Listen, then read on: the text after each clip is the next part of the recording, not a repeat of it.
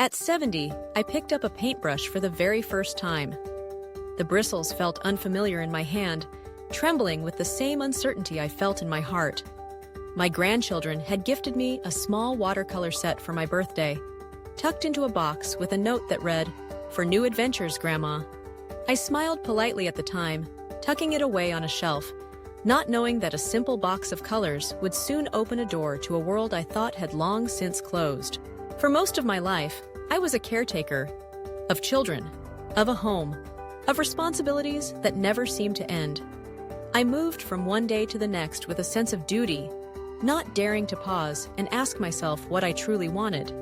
In my 60s, after retirement, I found myself adrift. The routines that once anchored me, now gone. The silence in the house grew louder, echoing with memories and regrets. I wondered sometimes if it was too late to begin again, but one morning, sunlight streaming through the kitchen window, I reached for that watercolor set. I unfolded the paper, dipped the brush into water, and watched as the pigment bloomed across the page. The colors danced and mingled, unpredictable and free. In those moments, I felt something shift inside me, a gentle loosening, a breath I hadn't realized I'd been holding for decades. Each day after that, I painted. At first, I copied the world around me.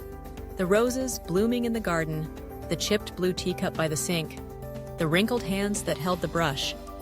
My lines were shaky, my colors sometimes muddy, but I kept going. The act of painting became a meditation, a way to slow down and really see. I noticed the way morning light turned the walls golden, how shadows stretched and curled at dusk, how the sky was never just blue, but 1,000 shades of hope and longing. As I painted, I began to breathe differently, deeper, slower, with intention. I realized how much of my life had been spent holding my breath, waiting for the next crisis, the next demand.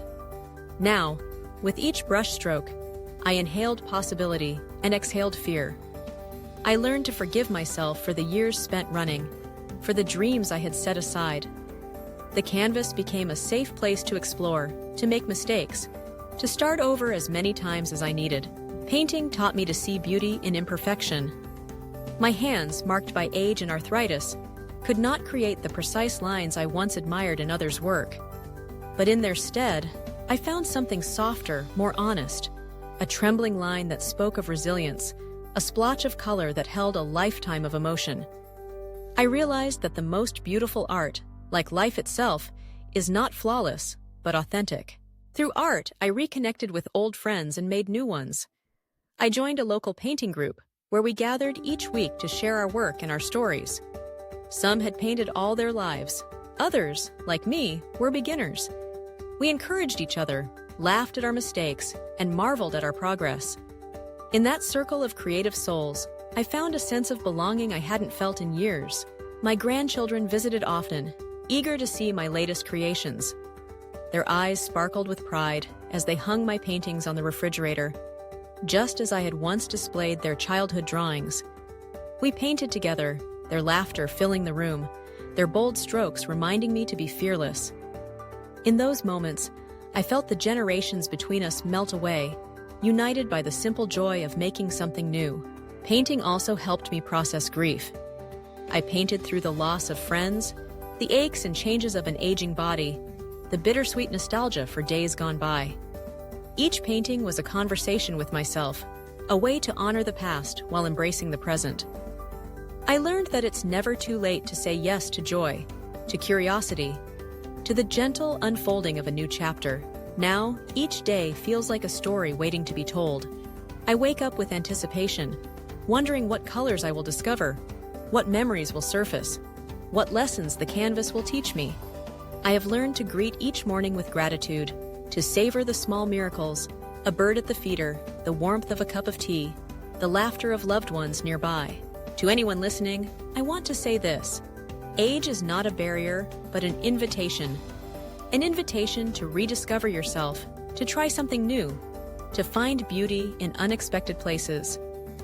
It's never too late to begin again, to pick up a brush, a pen, a camera, or simply a new way of seeing the world. Each day is a blank canvas, waiting for your unique touch. At 70, I learned how to paint. But more importantly, I learned how to breathe again, to fill my lungs with hope, to exhale doubt, to trust that every moment holds the promise of transformation. I am not the same woman I was a year ago, or even yesterday. I am a work in progress, a living masterpiece, unfinished and ever evolving.